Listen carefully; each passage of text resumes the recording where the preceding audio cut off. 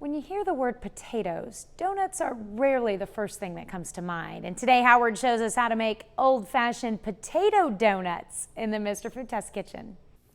A few months ago, while I was visiting Portland, Maine, I came across this little donut shop, and they had a line wrapped around the block. I thought to myself, how good could these donuts be?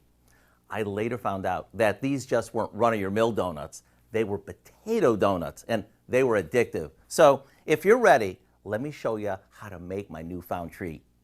We start by creaming some butter and sugar until it's fluffy.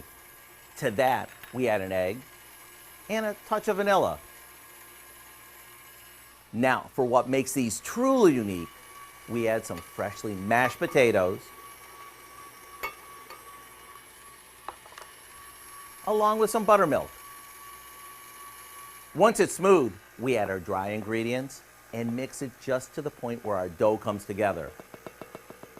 After flattening this to about a ½ inch thick, we cut out our donut shapes using a drinking glass and the cap from a water bottle, or easier yet, a donut cutter if you have one. We fry them for a few minutes until they puff up and are golden. Then we drain them on a wire rack.